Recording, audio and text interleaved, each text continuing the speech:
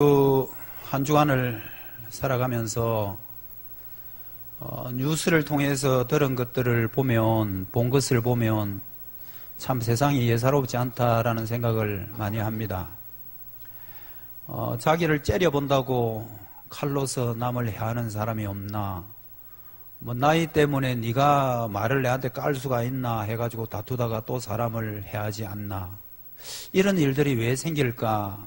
물론 심리학자라든지 그다음 병리적으로 해석을 할 때는 분노 조절 장애라고 그렇게 이야기를 해요. 분노를 자기 스스로 조절할 수 있는 힘이 없다.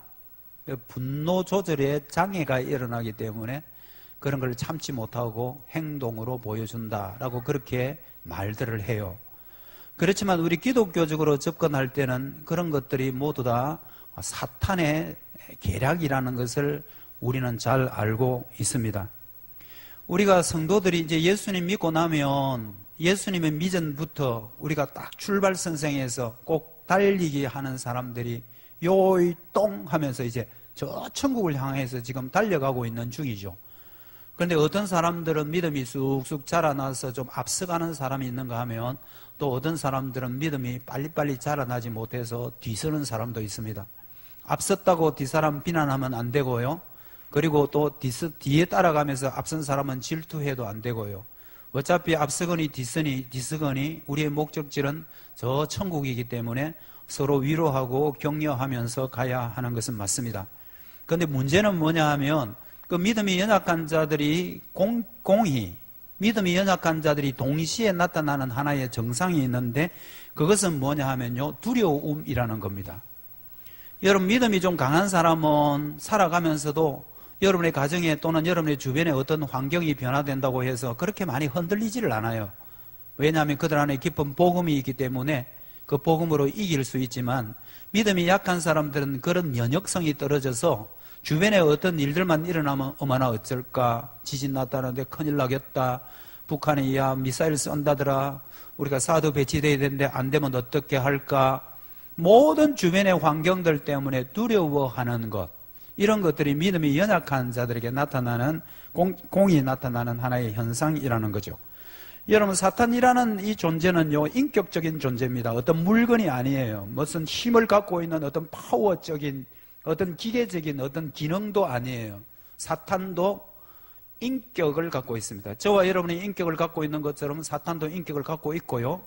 그리고 사탄은요, 우리보다 힘이 세요. 우리보다 힘이 세요. 우리라는 거는 지금 여러분과 저만 말하는 게 아니고 이 땅에 그냥 인류들을 이야기합니다. 인간들이라고 보면 되겠죠. 인간들보다 힘이 세요. 그래서 그 사탄은요, 인간들의 그 몸에 나쁜 영향을 줄 수가 있어요.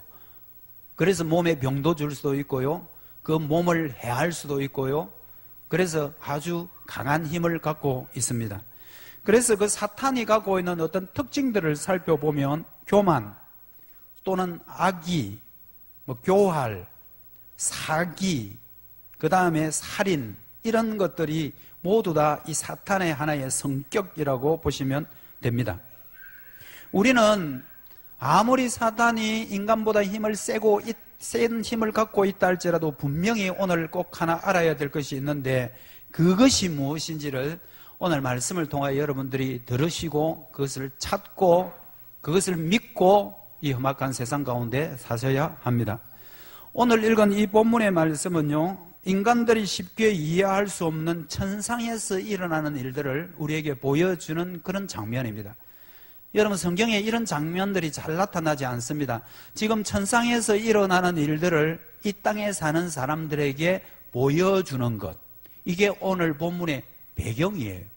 그래서 1절 말씀에 보면 하루는 또 하루는 하나님의 아들들이 와서 여호와 앞에 서고 사탄도 그들 가운데 와서 여호와 앞에 서니라. 여러분, 지금 이 천상에 일어나는 일들을 여러분들이 한번 상상을 해보시기 바랍니다. 하나님이 계시는데 그 하나님 앞에 하나님의 아들들도 서고 사탄도 와서 섰더라. 여기서 이 하루는, 이 표현은요, 1장 6절에도 나오고 또 13절에도 나오고 이 하루라는 표현이 자주 나와요. 그런데 이 하루라는 이 표현은 어떤 때 쓰는 표현이냐 하면 인간들로서는 상상하기 어려운, 우리는 쉽게 상상할 수 없는 어떤 특별한 일들이 발생할 때, 우리 인간들은 쉽게 상상하기 어려운 일이, 어떤 특별한 일들이 우리 주변에 발생할 때, 그때 쓰는 용어가 하루는 이런 용어입니다. 우리는 하루는 놀고 하루는 일한다 그럴 때 그런 하루라는 의미가 아니라는 거죠. 히브리어 하루라는 의미가 쓰여질 때는 그럴 때 사용된다는 거예요. 인간이 쉽게 이해할 수는 없지만 특별한 일이 우리 주변에 일어날 때, 이때 사용되는 것이 하루는 이라는 말입니다. 저는 TV에서 자주 보는 프로그램이 세계 테마 기행이라는 겁니다. 여러분 밤 9시 조금 못 돼서 합니다. 9시 뉴스 보시는 분들은 보기가 어렵겠지만 9시 조금 못 돼서 EBS를 틀면 세계 테마 기행이라고 나옵니다. 그 세계 테마 기행을 왜 저는 보느냐 하면, 물론 뭐 여행도 좋아하지만 무엇보다도 그 각국의 나라들의 특징들이 뭔지, 그들의 종교가 뭔지, 그들을 어떤 식으로 선교를 하는 것이 선교에 유익한 것인지, 이런 측면에서 좀 보기 위해서 세계 테마 기행을 보는데, 이번에는 히말라야 K2라는 그 베이스 캠프를 이렇게 방문하는 그런 여정을 쭉 한 주간 동안 방영을 하더라고요. 그래서 거기에 보니까 우리 인간들이 쉽게 접근할 수 없는 지역이죠. 뭐 K2라는 것은 등산하는 사람들이 하면 웬만하면 잘 아는데 굉장히 높은 산입니다. 히말라야에 있는 높은 산인데 그 산을 정복하다가 사람들도 많이 죽었죠. 그런데 그 정상까지 간 것은 아니고 그 베이스 캠프가 어떤 모양으로 되어 있는가를 이 리포터가 가서 비춰서 우리에게 보여주는 사진입니다. 그런데 저는 그 좀 보면서 굉장히 좀 특이했던 게 크레파스라는 겁니다. 이 크레파스라는 게 뭐냐면 이 빙하, 얼음이 쿡쿡 얼어가지고 얼음이 언 상태에서 그 위에 막 흙이 쌓이고 된 건데요. 그 빙하가 이렇게 가운데 갈라져서 골짜기를 이루고 잘못하면 거기에 사람들이, 등산객들이 많이 발 헛디디고 빠져 죽는다고 그래요. 클레파스라는 건데 그거 보면서 야, 참 특이하다라는 그런 느낌을 받았습니다. 제가 왜 이야기를 하느냐 하면 우리가 흔히 접할 수 없는 그런 일들이 우리 눈에 보이는 장면, 그런 것들인 것처럼 여기에 나와 있는 오늘 이 본문의 사건은요, 우리가 이 땅에서 일어나는 일이 아니라 저 하늘에 있는, 천상에 있는 일을 마치 중계방송해 주듯이, 지금 우리는 직접 그곳에 가 있지는 않지만 그 하늘에 일어나는 일들을 이 땅에 있는 사람들에게 중계방송해 주는 것처럼 그런 배경을 가지고 있는 것이 오늘 본문이에요. 이 장면을 여러분들 그려보십시오. 하나님이 계시고 그 다음에 하나님의 아들들이 와 있고 사탄도 하나님께서 불러서 그 자리에 있는 장면입니다. 이게 여러분들 이 땅에서 일어나는 일들이 아니고 천상에 일어나는 일들이라는 것입니다. 여기서 아들들이라는 표현이 나오는데 이 아들들이라는 표현은 만들어진 존재라는 뜻이에요. 그러니까 피조된 겁니다. 자기 스스로 만들어진 게 아니고요, 누군가에 의해서 만들어진 존재라고 할 때 여기 아들들이라는 표현을 쓰는 거예요. 그런데 그 아들들이 어떤 아들들이냐면 하나님의 아들들입니다. 여기서 말하는 이 하나님의 아들들이라는 것은요, 천사를 말해요. 천사. 여러분, 천사도 하나님께서 만든 존재입니다. 천사는 뭐 저절로 만들어진 게 아니에요. 하나님은 만든 것도 아니고 하나님은 스스로 계신 분이지, 이 땅에서는 하나님만이 스스로 계신 분이지 그 외의 것은 전부 다 피조, 만들어진 존재라는 거예요. 하나님께서 천사도 만들어놨는데 그 천사를 왜 만들었냐면 하나님이 함께 갈 때 하나님과 함께 늘 동행하고 하나님을 보호하는 것이 아니라 하나님이 가는 길을 항상 예비하고 준비하는 이런 일들을 하고요, 그리고 하나님을 늘 찬양하고 경배하는 아주 선한 일을 위해서 만들어진 존재가 천사입니다. 그러니까 지금 천상의 이 일이 하나님께서 가운데 딱 서 있고 천사들이 와 있다는 거죠. 그런데 그게 좀 유독 사탄도 와 있다는 것입니다.